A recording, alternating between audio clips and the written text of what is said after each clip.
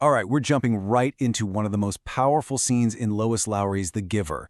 We're going to pull back the curtain on a truly terrible secret, a secret that was hidden right out in the open, all by twisting the meaning of a single, simple word. You know, the word at the very heart of this is release. Now, in Jonas's world, everyone understands this to be a gentle, kind of happy departure.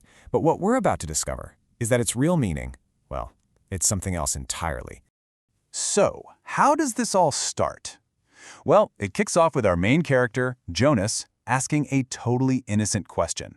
He's just curious about what his dad is up to at work. See, in his community, everything is super controlled. They don't allow identical twins. That would just be too messy, too confusing.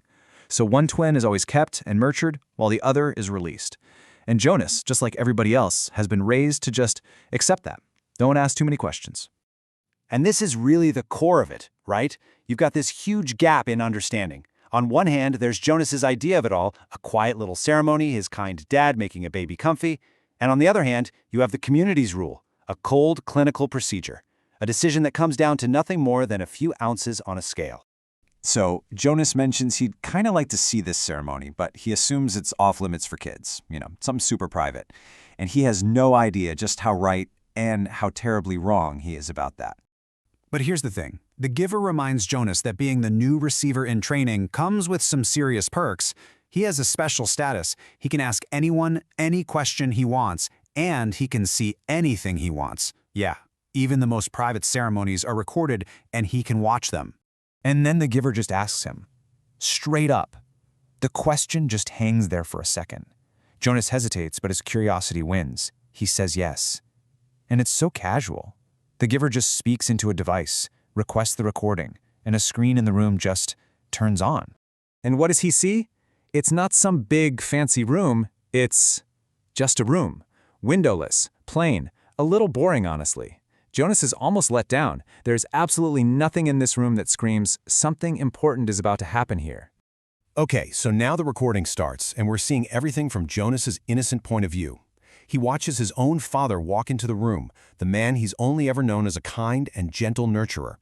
Jonas is completely captivated. He recognizes his dad, he recognizes the assistant, he just settles in, ready to watch what he assumes is going to be a very professional, maybe a little boring procedure for choosing which baby gets to stay.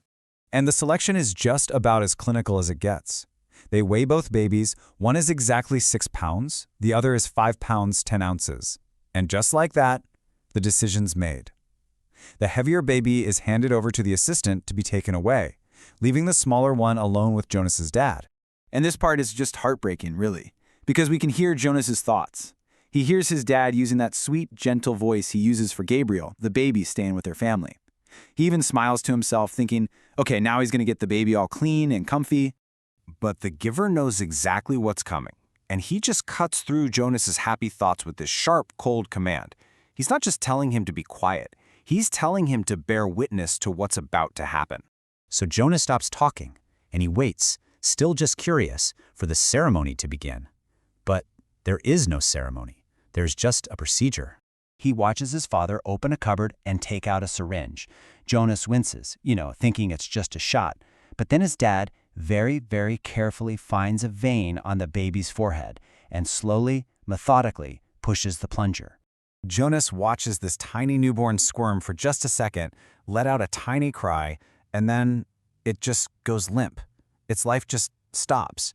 And as the baby's head lolls to the side, something just clicks in Jonas's brain. A memory from his training comes rushing back with horrifying clarity. He recognizes that stillness. It's the same vacant stillness he saw in the memory of a dying soldier on a battlefield. And the realization just hits him like a punch to the gut. It's not a thought, it's a certainty. My father killed it. The horror doesn't even stop there. Jonas is just numb, watching his father tidy up the room like he just finished some mundane chore. He puts the baby's lifeless body into a little cardboard box, seals it, and walks it over to a small door in the wall, a chute, the same kind they use for trash. He even says, "Bye-bye, little guy," as he pushes it in, and the screen goes dark. The video is over, and in that heavy silence, the full, crushing weight of his community's biggest lie is finally revealed. This is when the true scale of the deception becomes crystal clear. The giver explains that this isn't some special case for twins. This is the release. It's what happens to the elderly when their time is up, to criminals as punishment. He even tells Jonas that his predecessor, a girl named Rosemary, asked for release and injected herself. So there it is, the awful truth.